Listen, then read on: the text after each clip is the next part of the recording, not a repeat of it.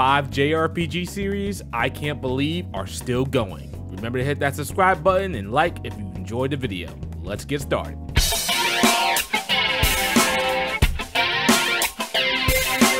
Neptunia is a series that I can fully say withstood the test of time. These games keep pumping out since 2010, 14 years ago, and there seems to be no end in sight. I do like the concept of Neptunia. It's a parody of the game industry console war with the Xbox, PlayStation, and Nintendo. You also might have parodies of older platforms in the PC. They also make story points of major events in the console generations, such as the 2011 PSN hack or the Red Ring of Death for Xbox. It's a fun and clever series, but for the life of me, cannot figure out how this franchise still finds the time to make entries despite all the issues that plague the series. In the beginning, we could have just said it was a really niche set of games from a small developers of Ideal Factory and kept our heart, and that we could understand that was the reason for the games having low textures, poor performance, and gameplay that is just really simple, to put it lightly. And it would seem time after time with each release, the problems of the games don't really go away. I mean, one of the latest game entries released is running at 30 FPS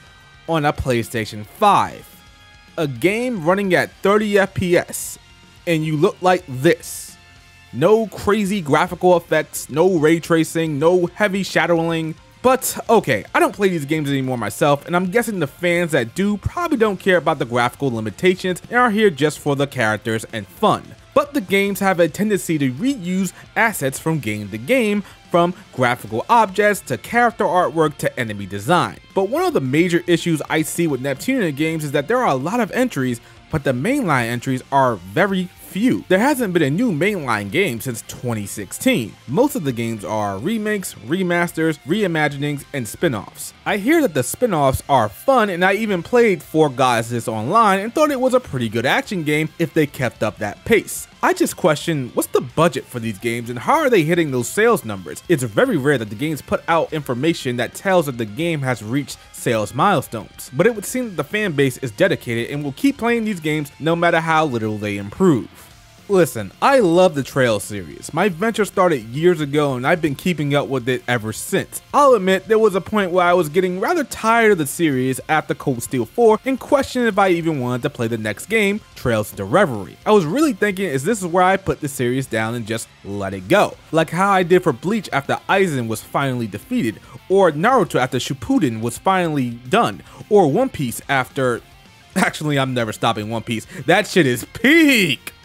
But Trails keeps pulling me back in and I love it. A massive cast of characters, great world building, and effective turn-based combat are amongst the short list of things that people love about this series. I just seriously question, how exactly is it still going? Like, what are the sales numbers? It can't be that strong. And being over 10 mainline games deep, each new entry places a new barrier from people playing the game. Every time a new game gets announced, the age-old question of, can I start with this game, pops up. Or when you recommend it to someone and they hear how many games you have to play, they're just like, oh, I don't have time to play all those games. I don't have time for this series right now. But you got time to die 500,000 times in Dark Souls and Elden Ring. You got time to put in 5,000 hours in Fortnite. You know what? Let me stop. Let me just keep going. But trust me, bro, if you quote unquote find the time, it's all worth it in the end.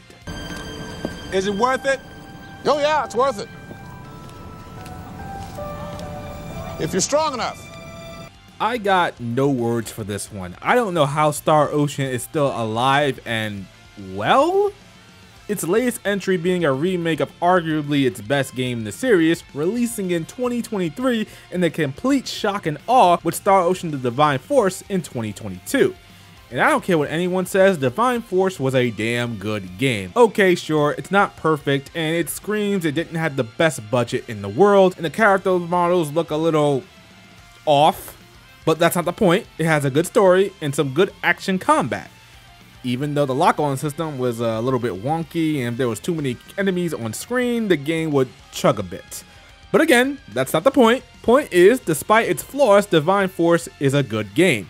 Just don't go into it expecting Atlus and Persona or Square Enix and Final Fantasy production values. Look at it as a PS2 game that just so happened to release on current gen platforms. The releases of the games were few and far between until very recently, and I'm always up for a space sci-fi RPG epic, so I'm hoping Star Ocean still keeps going. But it's not looking so good for Square Enix games that aren't bringing in the money nowadays, so truly who knows if another Star Ocean game is possible.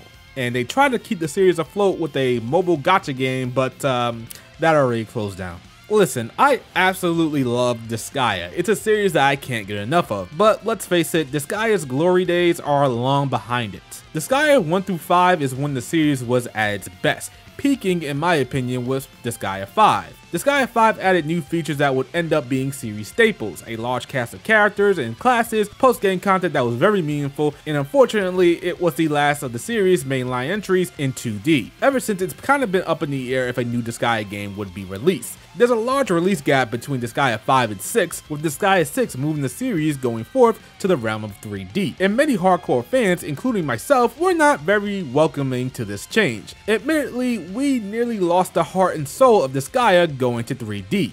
But making a game using 3D assets is much easier than making a game with 2D assets, and as such, Nippon Ichi has opted to keep with this decision going forward, even with some of their old games being released back in the day in 2D, with a new entry being released in 3D. Nippon Ichi also released Disgaea RPG. Disgaea RPG out of the gate came with some serious issues that pretty much forced the game to be relaunched. It has recovered a bit since then. Japan service is still up and about, but the global service ended in 2023, which is very unfortunate because I feel like I'm missing out greatly on side stories, a bunch of what if scenarios, and a crap ton of what if characters that I will never get to see in action. Disgaea 7 was released to universal praise, but still, while reception was good and it was a huge step up from Disgaea 6, there were some things about it that just didn't click too well with the fanbase. Still, it was a step in the right direction, and considering the turnaround release time between Disgaea 6 and 7, it spells out that the series is still up and going, or maybe a new entry needs to be released for Nippon Ichi to stay at its current course. At this point, it's no longer a mystery of how the Atelier games are still out here in these JRPG streets. Atelier Ryza was released and got everybody hyped up because of how good she looks. Artists and various online designers understood the assignment and spread their fondness for Ryza to each and every corner of the internet. I mean, seriously, the amount of figures and merch available for Ryza is through the roof.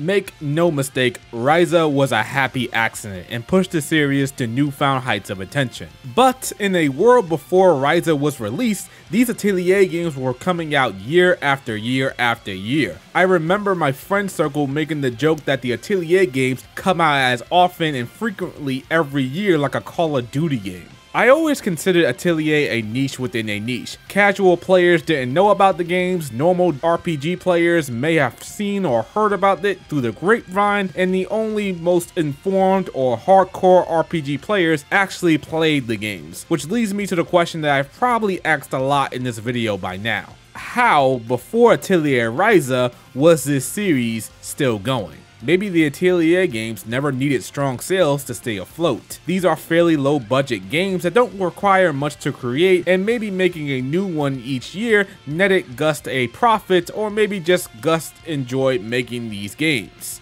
Either way, Atelier is alive and well, even making a mobile gacha game as a mainline entry, which was probably for the best since after Ryza the series was still technically under the radar. Why not make a gacha game for the small number of people that are interested in the series and make some reoccurring money monthly? Plus, I hear Atelier Resna is actually a pretty good Atelier game for a gacha game, so the devs are doing right by the series and its longtime fans. As always, be sure to buff that like button and subscribe if you're new around these parts. I'll catch you guys next time. Peace.